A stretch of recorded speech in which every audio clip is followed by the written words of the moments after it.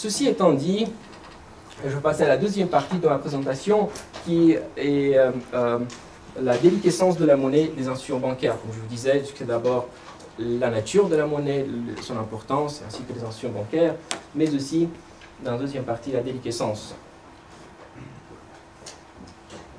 Alors c'est un terme que moi je trouve particulièrement approprié, parce que ça permet de comprendre comment on est passé de l'or, je parlais de Crésus, et même dans vos connaissances historiques, vous savez que jusqu'au 19e et 20e siècle, on utilisait l'or. Comment on est passé de l'or à ça, hein? Parce qu'on parlait de dollar. J'aurais pu parler de l'euro, mais le dollar a une histoire plus ancienne, donc j'ai choisi de parler de dollar. Comment on est passé de l'or à ça? Vous voyez, ceci est un billet de papier que tout le monde reconnaît et qui valent de moins en moins d'ailleurs, qui est 100 $.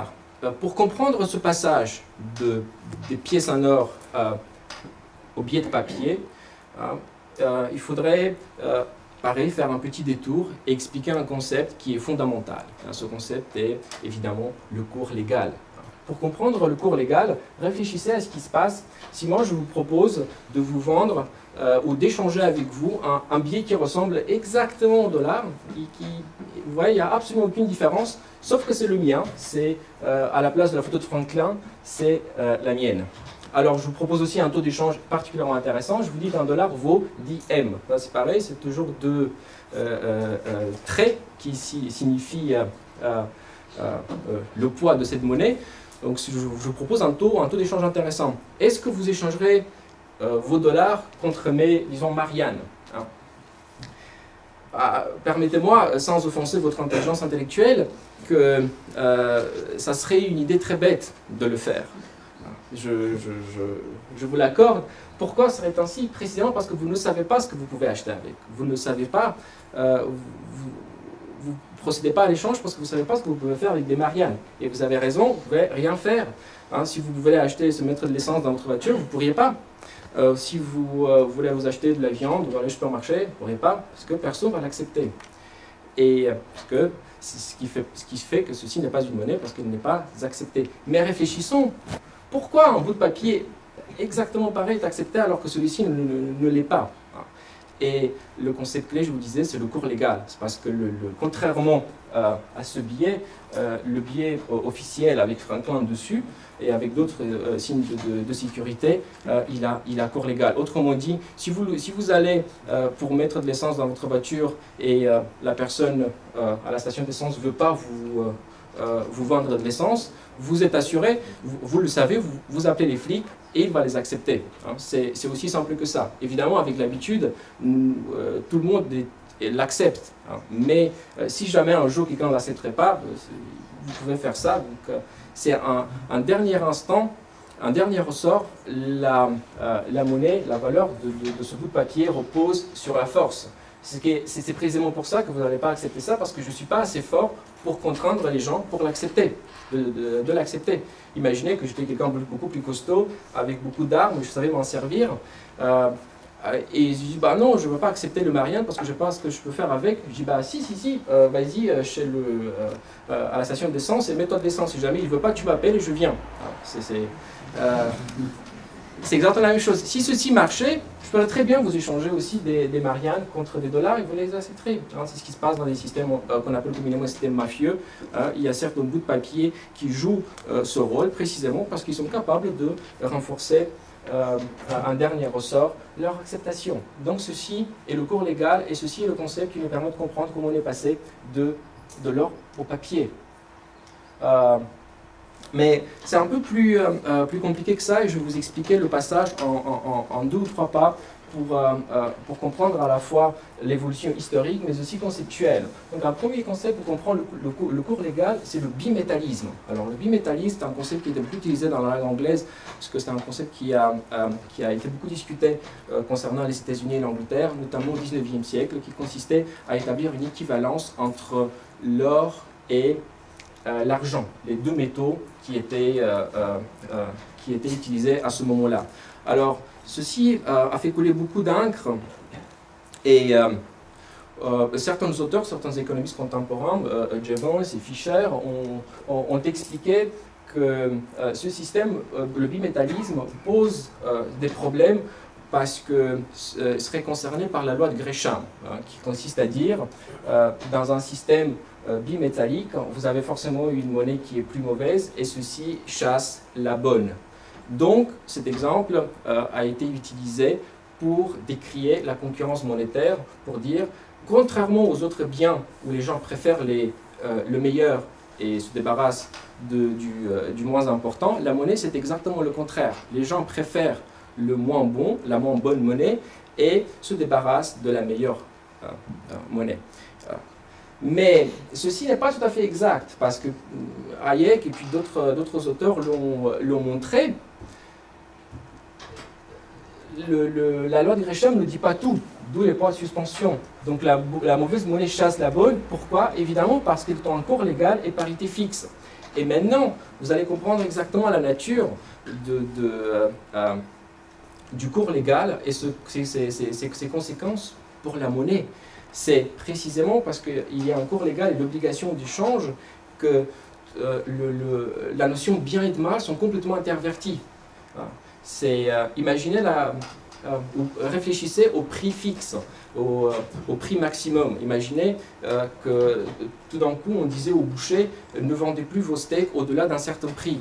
Et bien, qu'est-ce qui se passerait? Le boucher gardait la meilleure viande pour lui et il filerait la mauvaise. Donc vous voyez, c'est exactement ce qui se passe avec la monnaie aussi. Lorsque vous obligez les gens à accepter une parité qui est fixe par ailleurs et qui est différente de celle qu'ils auraient établie lors d'un échange libre, et ben, ils vont garder ce qui est mieux et ils vont laisser ce qui est moins bien.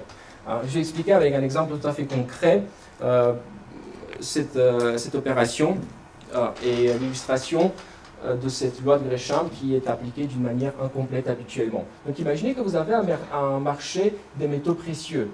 Imaginez que vous avez 10 onces d'argent. La lumière est assez... je vais essayer de...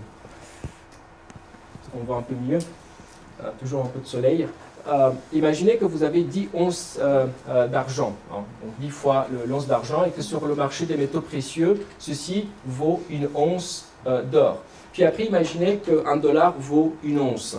Donc vous avez un marché officiel, un taux de change fixe, avec 8 dollars, comme si c'était 8 onces d'argent pour 1 dollar d'or. Donc qu'est-ce qui se passe?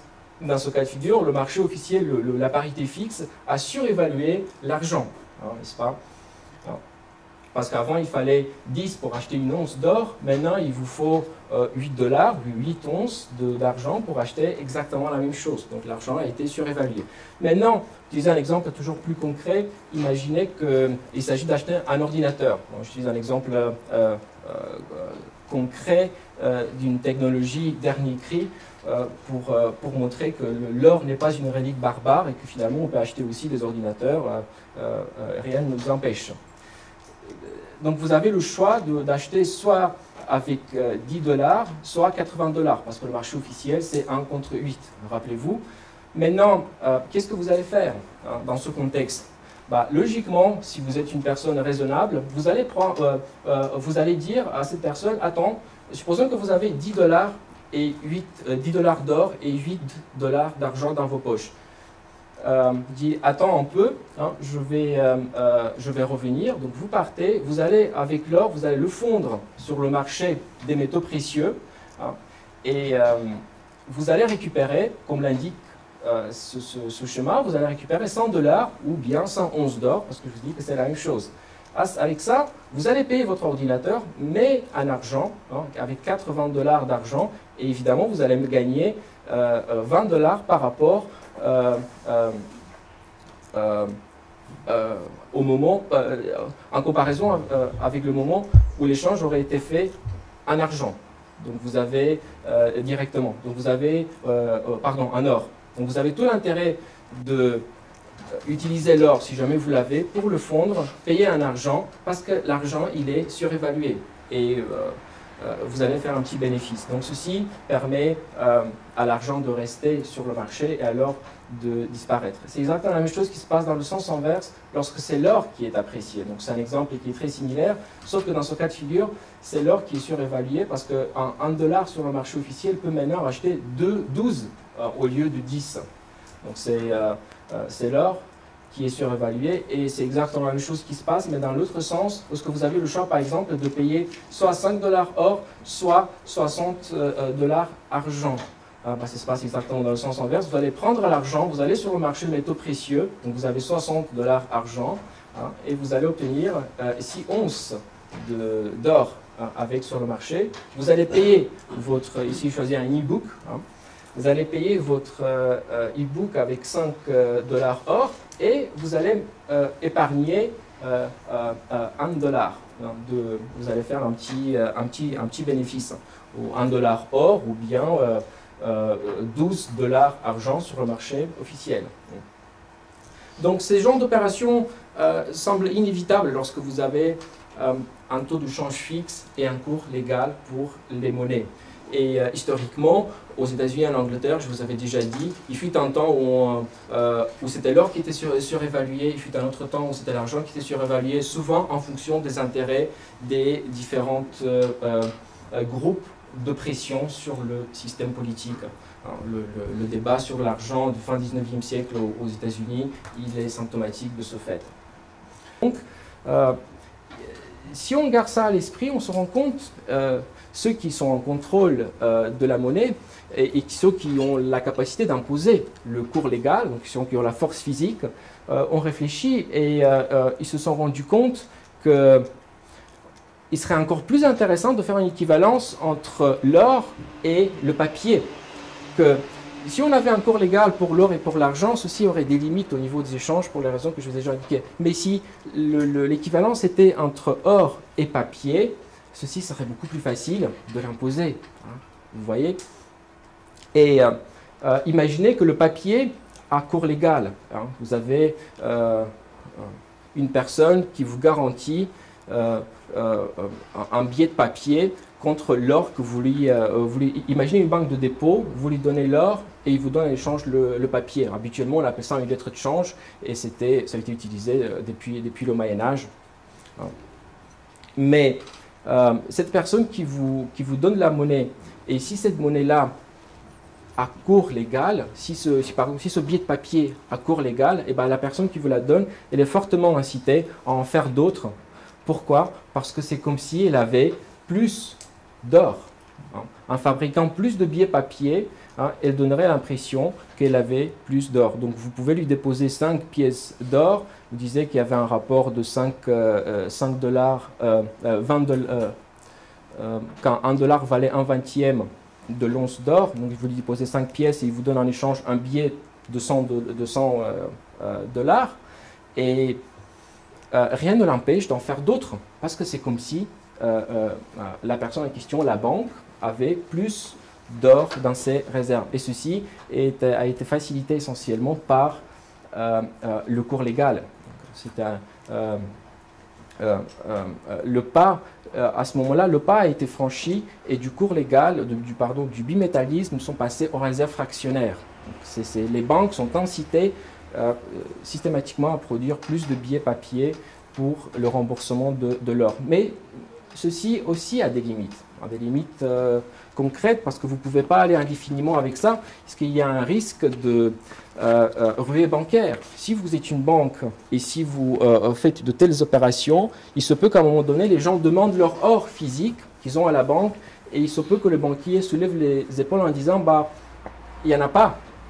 Donc c'est ce qu'on appelle communément les ruées bancaires. Et l'histoire, le 19e siècle, et puis même avant, elle est pleine des cas comme ça. C'est justement ce genre de problème qui incite les banques à l'entraide.